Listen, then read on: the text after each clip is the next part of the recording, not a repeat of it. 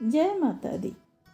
पूजा की इस पावन घड़ी में जब हम सब माँ वीणा वादनी को स्मरण करने बैठे हैं, तो आइए मन, वाणी और भाव तीनों को शुद्ध कर ज्ञान, विवेक और संस्कार की अधिष्ठात्री माँ सरस्वती की एक मधुर कथा सुने।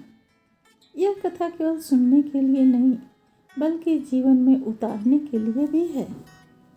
बहुत पुराने समय की बात है, जब सृष्टि की रचना हो चुकी थी, लेकिन संसार में जीवन अजीब सा सन्नाटा में कट रहा था। लोग बोलते तो थे, पर शब्दों का अर्थ नहीं था। मनुष्य के पास वाणी तो थी, पर विवेक नहीं था। विद्या और कला का कहीं नामो निशान नहीं था। यह देखकर ब्रह्मा जी बड़े चिंतित हो उठे। उन्होंने सोचा, जब तक इस संसार में ज्ञान नहीं फैलेगा, तब तक जीवन ऐसे ही अधूरा रहेगा। यही सोचकर ब्रह्मा जी ध्यान में लीन हो गए और शक्ति का आह्वान किया। तभी एक दिव्य प्रकाश प्रकट हुआ। उसी समय श्वेत वस्त्र धारण किए, शांत मुखमंडल और करुणामयी दृष्टि वाली माँ सरस्वती प्रकट हुई। उनके कर कमलों में वीणा थी, चरणों में श्वेत कमल शोभायान थे। माँ ने जैसे ही वीणा के तार छेड़े, वैसे ही संसार में मधुर स्वर गूंज उठा।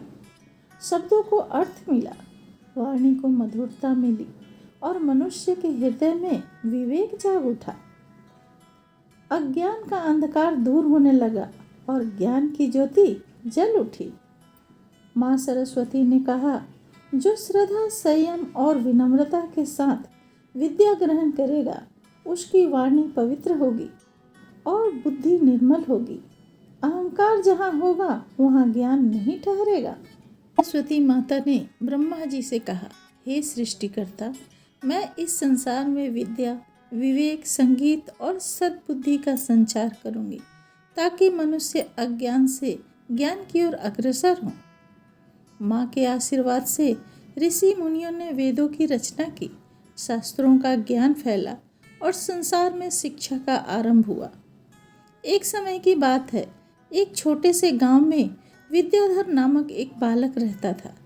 वह अत्यंत गरीब था, पर मन से बहुत शुद्ध था। विद्यालय जाने के लिए उसके पास साधन नहीं थे, फिर भी वह प्रतिदिन नदी के किनारे बैठकर माँ सरस्वती का ध्यान करता था। वह मिट्टी की छोटी सी प्रतिमा बनाकर, माँ, मेरे पास धन नहीं है, सुंदर वस्त्र नहीं है, बस आप मुझे पढ़ने के लिए बुद्धि दे दीजिए, ऐसी प्रार्थना करता था। उसकी निष्कपट भक्ति से प्रसन्न होकर माँ सरस्वती एक साधारण वृद्धा के रूप में आई और बोली, वत्स, यदि चाहो तो मैं तुम्हें धन संपत्ति दे सकती हूँ। बालक ने हाथ जोड़कर कहा, माँ, धन नष्ट हो जाएगा, पर विद्या जीवन भर हमारे साथ रहेगा। कृपया करके आप मुझे विद्या की कृपा प्रदान करें। माँ उसकी भक्ति से प्रसन्न हुई और उसे अद्भुत बुद्धि और ज्ञान का वरदान दिया। वही बालक आगे चलकर महान विद्वान बना और समाज को ज्ञान का प्रकाश दिया। जय माता दी।